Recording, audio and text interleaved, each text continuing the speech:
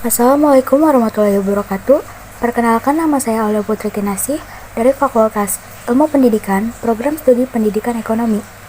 Tujuan video ini dibuat untuk memenuhi tugas ulangan tengah semester mata kuliah Ekonomi Publik. Di sini saya akan menjelaskan materi implementasi pajak, pengertian model CGE. Computerable General Equilibrium adalah suatu sistem persamaan simultan non-linear yang menggambarkan keseimbangan suatu sistem perekonomian dengan melakukan penyesuaian dalam harga maupun kuantitas di pasar faktor produksi dan komoditi.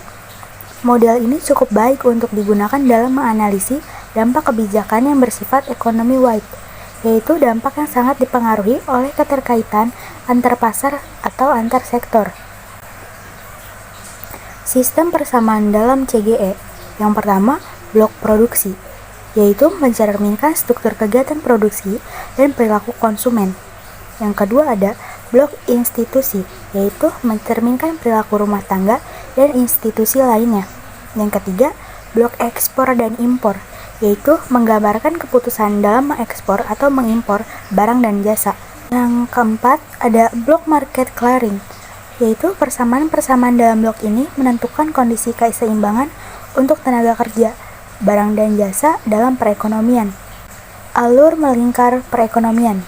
Model ini mencoba untuk menjelaskan arus sirkular ke dalam sebuah model kuantitatif yang komprehensif.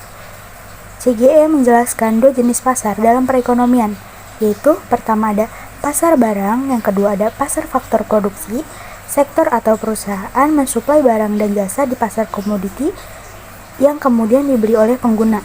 Pengguna ini antara lain industri, sebagai intermediate input, rumah tangga, pemerintah, investor, dan eksportir. Industri juga membeli faktor produksi dari pasar faktor produks dan sebagai imbalannya. Rumah tangga memperoleh upah atau gaji dan sewa sebagai balas jasa dari kepemilikan modal. Selanjutnya, prinsip horizontal equity.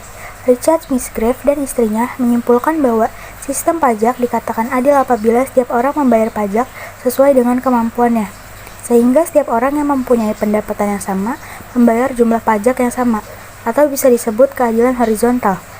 Dan orang yang mempunyai pendapatan yang lebih membayar pajak lebih besar atau biasa disebut keadilan vertikal. Prinsip kemampuan untuk membayar menekankan perpajakan seharusnya didasarkan atas kemampuan seseorang untuk membayar. Biasanya diukur dari pendapatan atau kesejahteraan. Suatu implikasi dari prinsip ini adalah keadilan horizontal, yang menyatakan bahwa orang dalam posisi sama seharusnya membayar pajak dengan jumlah yang sama. Biaya kebutuhan pajak. Yang pertama ada biaya langsung atau direct money cost, yaitu dikeluarkan oleh wajib pajak dapat diukur dengan nilai nominal. Yang kedua ada biaya waktu atau time cost, yaitu biaya waktu yang diperlukan wajib pajak dalam proses melakukan kewajibannya dalam membayar pajak. Yang ketiga ada biaya psikologis, yaitu wajib pajak saat melakukan kegiatan yang berkaitan dengan dalam membayar pajak. Selanjutnya ada tax avoidance dan tax evasion. Tax avoidance merupakan suatu pelanggaran dalam perpajakan dengan melakukan skema penghindaran pajak yang bertujuan untuk meringankan beban pajak dengan mencari dan memanfaatkan celah terhadap ketentuan perpajakan di suatu negara. Pada dasarnya, tax avoidance ini merupakan sifat sah karena tidak melanggar ketentuan perpajakan apapun, namun mempunyai dampak yang cukup merugikan terhadap penerimaan perpajakan suatu negara, khususnya di Indonesia.